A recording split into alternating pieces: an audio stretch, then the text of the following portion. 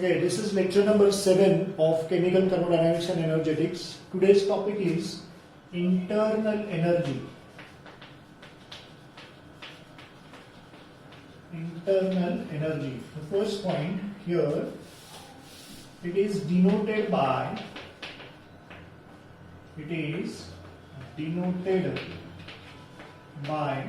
capital U. This is a new symbol, or it is also denoted by capital E. This is a old symbol. Now we use this capital U. Secondly, it is also called as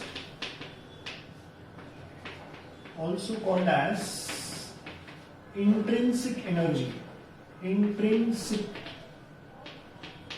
energy. Extrinsic और intrinsic होता है उसमें से, this is intrinsic energy. It's also called as intrinsic energy. Third one, very importantly, internal energy. I'll just write the symbol, correct? Is a state function. What do you mean by a state function? And it depends on your initial state and final state. It is independent of path. Internal energy is independent of path. It depends on your initial state and final state. We can prove this. Let us imagine a system here. By a graphical method I am trying to explain. Let's say this is the positive side of y-axis, this is the positive side of x-axis. This is the origin, right? And here I am going to take volume on positive side of x-axis. Here I am going to take pressure on positive side of y-axis. And on z-axis, let us say we have internal energy. So here the initial volume is V1, where the initial pressure is P1. Correct? Volume is on a lesser side, that is why the pressure is on a higher side, right? Like this point of intersection here, this is the initial state where your system is there at point A, let us say, and where the x coordinate is V1, y coordinate is P1, and let's say the z coordinate is U1. It is having some initial internal energy U1. So this is x, y, and z coordinate. Now let us imagine that this system is undergoing expansion.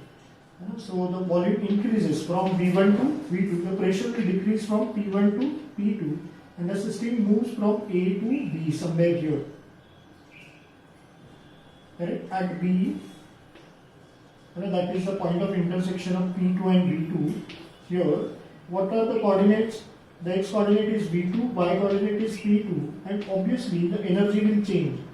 Why? We are going to imagine that in this direction, the system is absorbing some energy and undergoing expansion from A to B. So if it absorbs energy, U1 will change to some U2.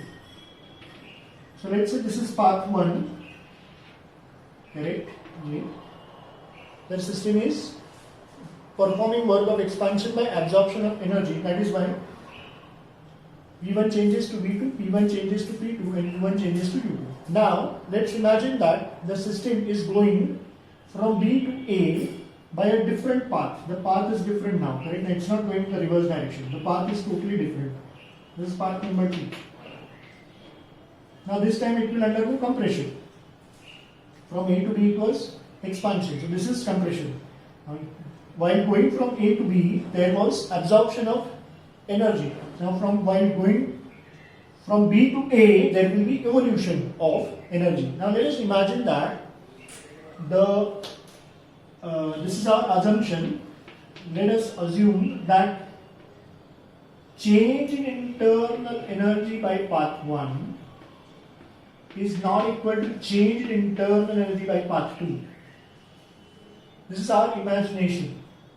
It is not equal. What does that mean? A to B आते वक्त जितना energy absorb हुआ है, B to A आते वक्त उतना energy evolve नहीं हुआ है. मतलब या तो एनर्जी क्रिएट होगा या डिस्ट्रॉय होगा. But this is contradictory to the first law of thermodynamics.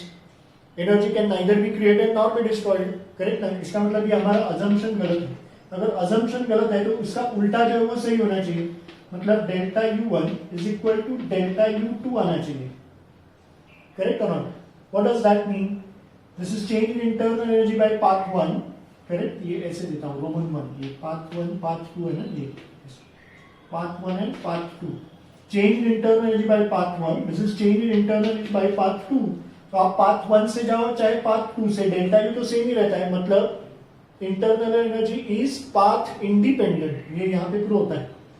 Are you getting it? So third point, path independent हो गया मतलब वो पाथ फंक्शन नहीं मतलब state function, it depends on your initial state and final state. This is proved by the first law of thermodynamics. Let's see point number 4 here. The absolute value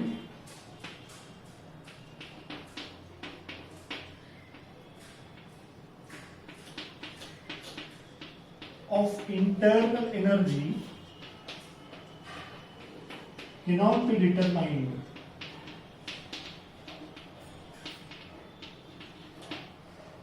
the absolute value of internal energy cannot be determined, है ना। ऐसा क्यों है? क्योंकि internal energy कोई एक energy नहीं है ना, जो मैं आज आपको सिखाऊंगा।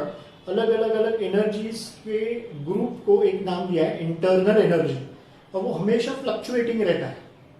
जैसे एयर कंडीशनर के ऊपर एक इंडिकेटर होता है, आपको एक एब्सोल्यूट एक नंबर में टेम्परेचर का वैल्यू मिल जाता है, वैसे इंटरनल एनर्जी का एक एब्सोल्यूट, है ना, ऐसा वैल्यू नहीं हो सकता, because it is always fluctuating. जैसे शेयर मार्केट में होता है ना, ऊपर नीचे जाते रहता है ना। या किसी बैंक का अगर आप ट्रांजैक्शन लेते हैं, करेक्ट है, तो हर एक दिन का उनका इनकम और एक्सपेंडिचर सेम नहीं हो सकता है, मतलब आउटगोइंग और इनकमिंग जो होता है वो सेम नहीं हो सकता, वो जैसे चेंज होते रहता है ना। अलग अलग करेंसी जाते रहता है, अलग अलग अमाउंट आता है, अलग अलग अमाउंट जाता है ना। तो वो एक एब्सोल्यूट वैल्यू हम लोग नहीं बता सकते एक दिन का फिक्स। तो ये एनालॉजी दे रहा हूँ, उसके हिसाब से इंटरनल एनर्जी भी अलग अलग एनर्जीज का समेशन है, इसके लिए उसका एक एब्सोल्यूट वैल्यू नहीं हो सकता। और उसका डेफिनेशन भी इसके लिए ऐसा ही है। If you just see fifth point, I am going to define it, ये इसका डेफिनेशन लेते हैं हम लोग, है ना। इट इज द सम और the total of different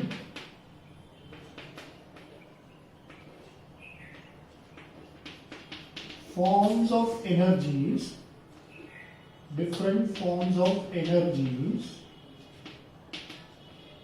associated with the matter, associated with the matter। अभी कौन कौन सा एनर्जीज है ना, वो अपने को क्लासिफिकेशन में देखना है ना। जैसे मैंने कहा कि इंटरनल एनर्जी कोई एक एनर्जी नहीं है ना, डिफरेंट फॉर्म्स ऑफ एनर्जीज का सम है, इट्स अ सम और समेशन। वो कौन सा एनर्जीज है, इसके बाद मैं आपको क्लासिफिकेशन ऑफ एनर्जीज सिखाता हूँ। Will see the classification of internal energies. Internal energy is mainly classified into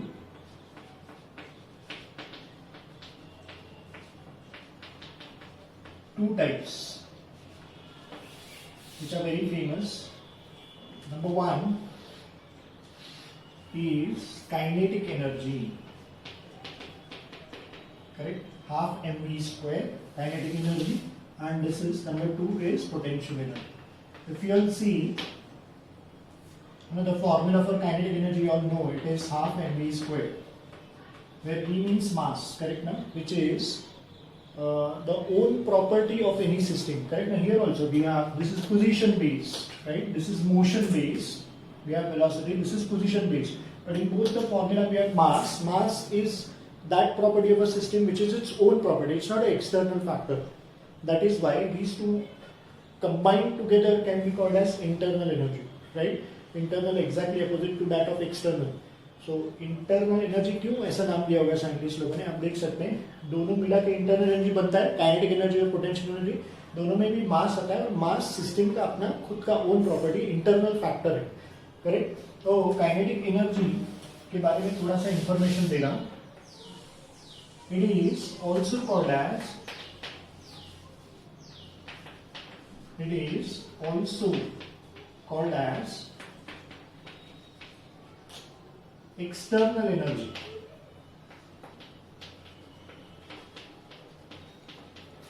अब थोड़ा कॉन्ट्राडिक्टरी लगता है अपरेंटली, क्योंकि इंटरनल एनर्जी का एक क्लास उसको एक्सटर्नल कैसे कह सकता है? अगर कोई चीज इंटरनल है तो एट द सेम टाइम वो एक्सटर्नल कैसे हो सकता है? इसका रीजन मैं आपको दे रहा हूं, है ना। सिंस, क्यों ऐसा है? since it मतलब kinetic energy depends upon external factors. External मतलब सिस्टम के बाहर का, external factors like temperature, external factor like temperature, temperature के ऊपर डिपेंड करता है, मतलब सिस्टम के बाहर का टेम्परेचर चेंज हुआ, सिस्टम के बाहर का एक्सटर्नल टेम्परेचर चेंज हुआ तो सिस्टम के अंदर के वेलोसिटी पे असर पड़ सकता है। मतलब मान लो एक गैसियस सिस्टम है, गैसियस सिस्टम में गैसेस के मॉलिक्यूल्स हैं, वो कांस्टेंट मोशन में होते हैं, उनको एक वेलोसिटी रहेगा, मतलब उसको काइनेटिक एनर्जी आएगा, करेक्ट ना, उसको मास है, वेलोसिटी है तो हाफ mv², करेक्ट ना। अब सिस्टम के बाहर का, वो गैसियस सिस्टम जिस कंटेनर के अंदर है, कंटेनर के बाहर का सराउंडिंग का टेम्परेचर फ्लक्चुएट हुआ तो उसका असर सिस्टम है ना, जो गैसियस सिस्टम है उसके पार्टिकल्स के मोशन पे, उसके वेलोसिटी पे होता है। So it is affected by the external factor, इसके लिए उसको एक्सटर्नल एनर्जी ऐसा कहा जाता है। Whereas potential energy it is also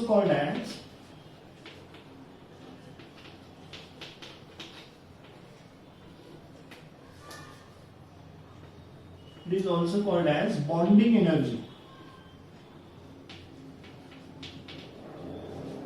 bonding energy you know, bond form करने के लिए है ना, पोजीशन जिसके बीच में बॉन्ड फॉर्म हो रहा है, एटम्स जो है या किसी के बीच में केमिकल बॉन्ड जब फॉर्म होता है तो उसका पोजीशन बहुत मायने रखता है, करेक्ट ना। And potential energy obviously is a position based energy, correct ना, where h is the height, you know, it is the distance between the centre of gravity and the earth surface, position मायने रखता है, तो इसके लिए इसको bonding energy ऐसा कहा जाता है। एंड इट इज मतलब potential energy is independent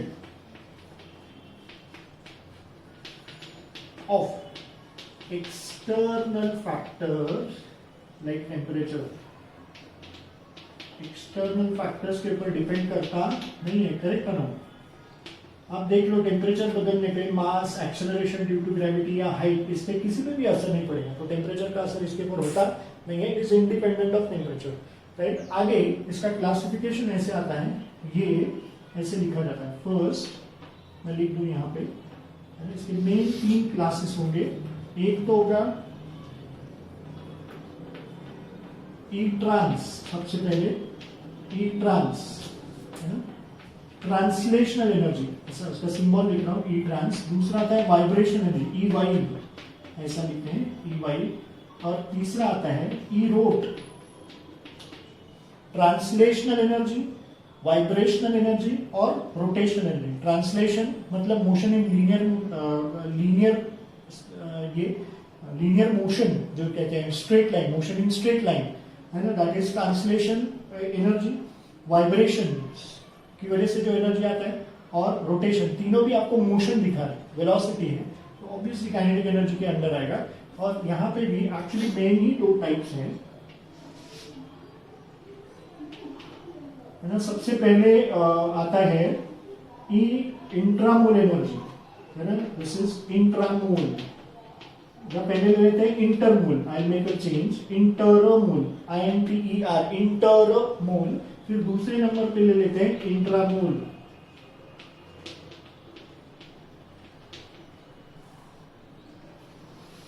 right. तीसरे नंबर पे, ये एक्चुअली 2 ही इंपॉर्टेंट है। फिर तीसरे नंबर पे आएगा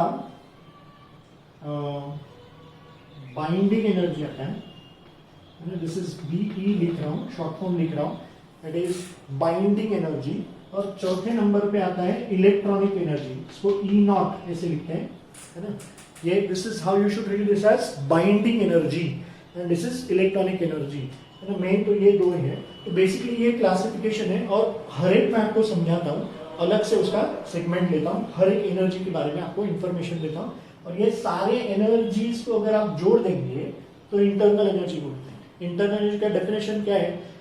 इट इज द सम और total of different forms of energies associated with the matter. इतने सारे एनर्जीज होते हैं, इनका सम, इसका टोटल अगर हम लोग करेंगे तो आपको क्या मिलेगा, ये इंटरनल एनर्जी मिलता है। अब हर एक एनर्जी का डेफिनेशन और उसके बारे में सिनॉप्सिस मैं आपको देने जा रहा हूँ। ओके, लेट अस सी काइनेटिक एनर्जी के जो टाइप्स है उसके बारे में इंफॉर्मेशन दे रहा हूँ। ये जो मैंने लिखा है, it is the energy associated with the matter due to, ये कॉमन स्टेटमेंट है, इसके लिए एक बार लिखा है ना, ये बार बार रिपीट होगा। इट इज ड्यू टू, अब यहाँ पे ई ट्रांस लिखा है, E trans, translational energy. So what is translation energy का definition? It is the energy associated with the matter due to the translational motion, translation motion. That is, what do you mean by translation motion? The linear motion. Linear motion of its particles,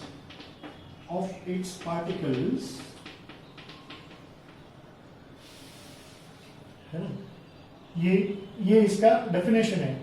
E trans, it is the energy associated with the matter due to the translation motion, that is the linear motion. Linear motion मतलब motion in straight line, है ना, right, of its particles. अभी इसके बारे में information दे रहा हूं। It is possessed by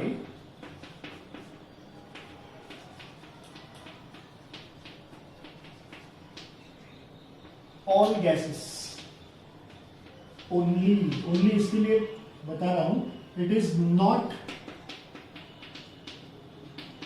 possessed by solids and liquids, correct or not? Solids are rigid, you know, के particles flow नहीं होते, और liquids also they don't flow on their own unless and until there is a difference in level. Liquids don't flow, correct or not? So solids and liquids के particles they don't have translation energy, they have which type of energy that we'll see, but the gases will have definitely translation. Gaseous particles are always in a motion, so definitely they will have this translation energy going from one point to another point in straight line, that is E trans. Okay, the second point here, the second type of energy here is E rot, rotation energy. I'll change the sequence. While giving the classification मैंने पहले vibration दिया था, फिर rotation, but I am taking rotational energy, है ना। इसका शुरुआत ये आएगा, it is the energy associated with the matter due to, यहाँ पे अब मोशन चेंज होगा, ट्रांसलेशनल की जगह पे कौन सा आएगा? रोटेशनल मोशन, रोटेशनल मोशन, है ना, of its particles, rotational motion of its particles along internuclear axis. This is very important. है ना, मैं डेफिनेशन रिपीट कर रहा हूँ। E rot मतलब rotational energy, it is energy associated with the matter due to the rotational motion of its particles along internuclear axis. है ना, मतलब क्या, ये पार्टिकल है, ये इसका न्यूक्लियस है, ये पार्टिकल है, ये इसका न्यूक्लियस है, तो ये क्या हो गया? इंटर न्यूक्लियर एक्सिस है ना, it's an imaginary line, force of attraction.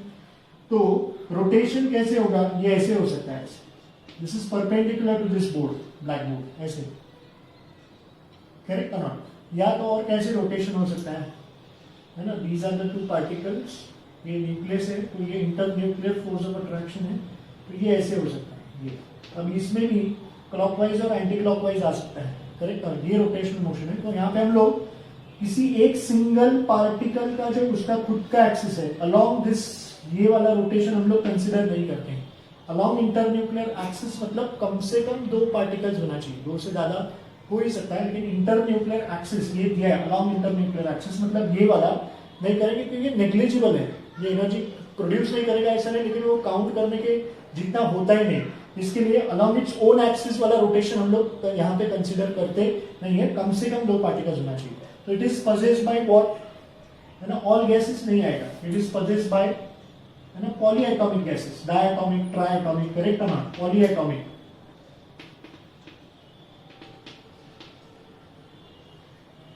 Only diatomic जैसे O2, N2, Cl2 ये सारे आएंगे, या ट्राइएटॉमिक में CO2 आ सकता है, टेट्राएटॉमिक में अमोनिया आ सकता है, जिसका एटॉमिसिटी 2 या 2 से ज्यादा है, उसको ही सिर्फ आएगा। It is not possessed bye solids liquids and monoatomic gases. Correct है ना, मोनोएटॉमिक गैसेस, एक मॉलिक्यूल में जब एक ही एटम रहेगा तो इंटरन्यूक्लियर एक्सिस का सवाल ही नहीं आता है। इसके लिए मोनोएटॉमिक गैसेस को भी ये एप्लीकेबल नहीं है। That is what you need to realise. Correct ना। So this is about the rotational energy. इसके बाद देखते हैं वाइब्रेशन एनर्जी, थोड़ा सा ही फर्क है। The next type, third type of kinetic energy is E vibe, that is vibrational energy. It is defined as the energy associated with the matter. It is energy associated with the matter due to the vibrational motion of its particles along internuclear axis about equilibrium position. This is the definition. Now internuclear axis तो देख चुके हैं, about equilibrium position मतलब क्या वो भी मैं आपको बताता हूँ, है ना। इसमें वाइब्रेशन में भी दो टाइप आते हैं, एक होता है लीनियर और दूसरा होता है बेंडिंग. सो ये दो पार्टिकल्स हैं, ये इसका न्यूक्लियस है, ये न्यूक्लियस है, ये इंटरन्यूक्लियर एक्सिस है. तो ये जो वाइब्रेशन हुआ, this vibration is linear vibration, ऐसे स्ट्रेट लाइन, करेक्ट. ये वाइब्रेशन. बेंडिंग वाइब्रेशन अपवर्ड्स और डाउनवर्ड्स ऐसे आएगा. वापस दो पार्टिकल्स ले रहा हूं,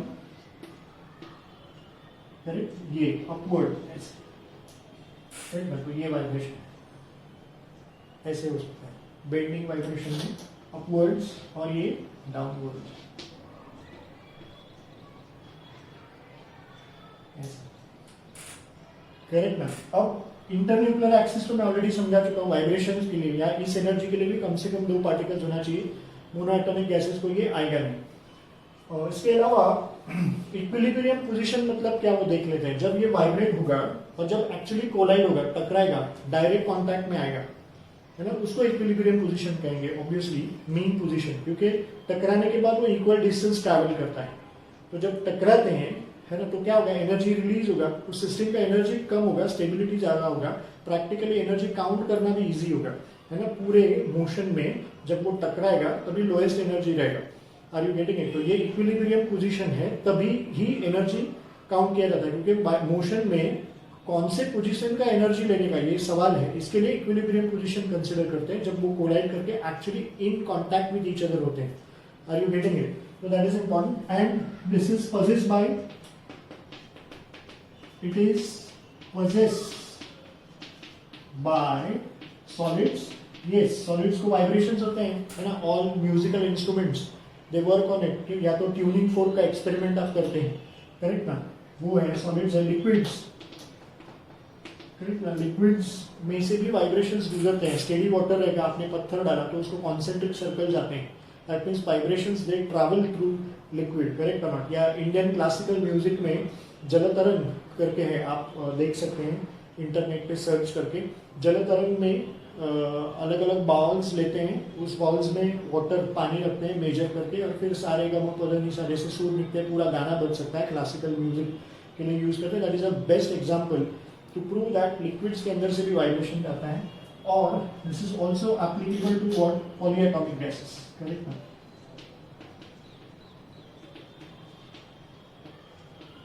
करेक्ट. और जितने एटॉमिसिटी बढ़ेगा उतना वाइब्रेशन ज्यादा होगा.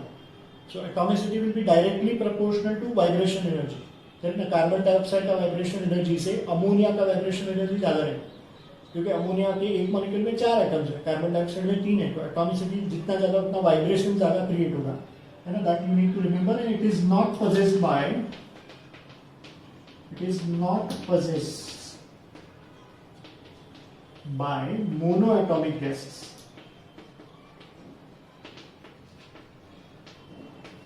It is not possessed by monoatomic gases, है ना. तो this is the definition and extra information. है ना. 3 एनर्जीज हमने देखे काइनेटिक एनर्जी के अंदर. तीनों में मोशंस हैं. पहला ट्रांसलेशन एनर्जी, दूसरा रोटेशनल एनर्जी और तीसरा वाइब्रेशन एनर्जी. अब पोटेंशियल एनर्जी देखते हैं. पोटेंशियल एनर्जी क्या होता है. The next class of internal energy is potential energy. You know this is position based energy. उसका first type आता है intermole energy, that is between two. तो इसका definition है, it is the energy required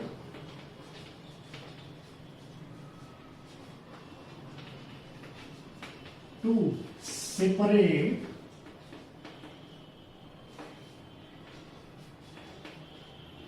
two or more particles from each other. From each other.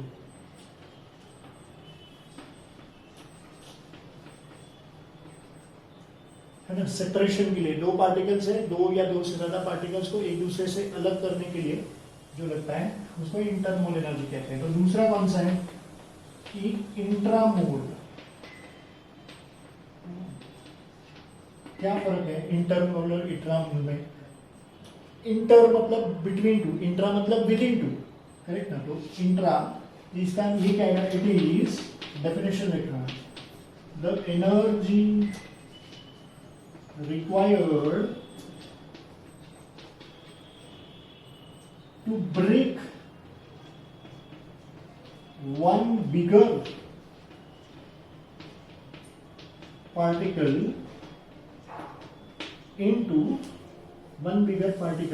into two or more smaller particles.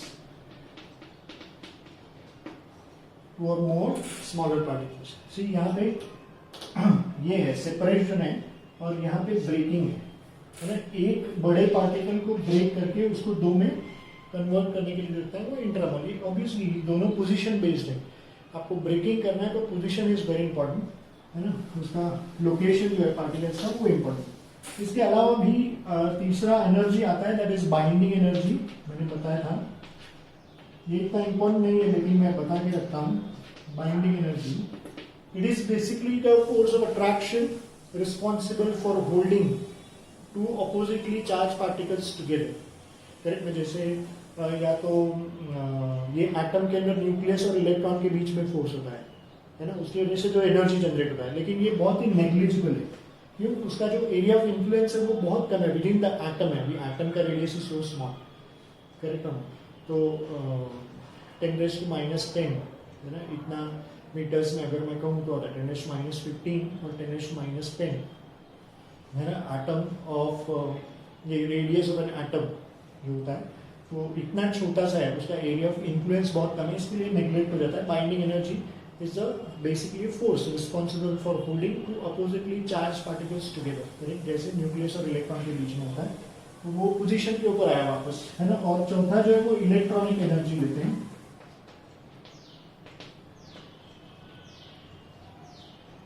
E0 ऐसा symbol उसका meaning, it is the energy possessed by the electron due to its charge, correct ना।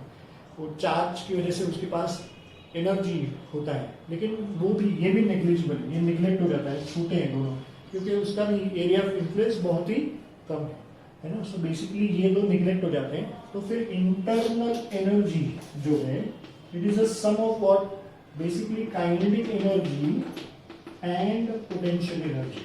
फिर kinetic energy में कौन से तीन आते हैं, E trans plus E ro plus E Y, है ना, ट्रांसलेशनल, रोटेशनल, वाइब्रेशन। और पोटेंशियल एनर्जी में वैसे तो चार, लेकिन उसमें से दो ही कंसिडर करेंगे, ए इंटरमोल और फिर पांचवा ई इंट्रामोल।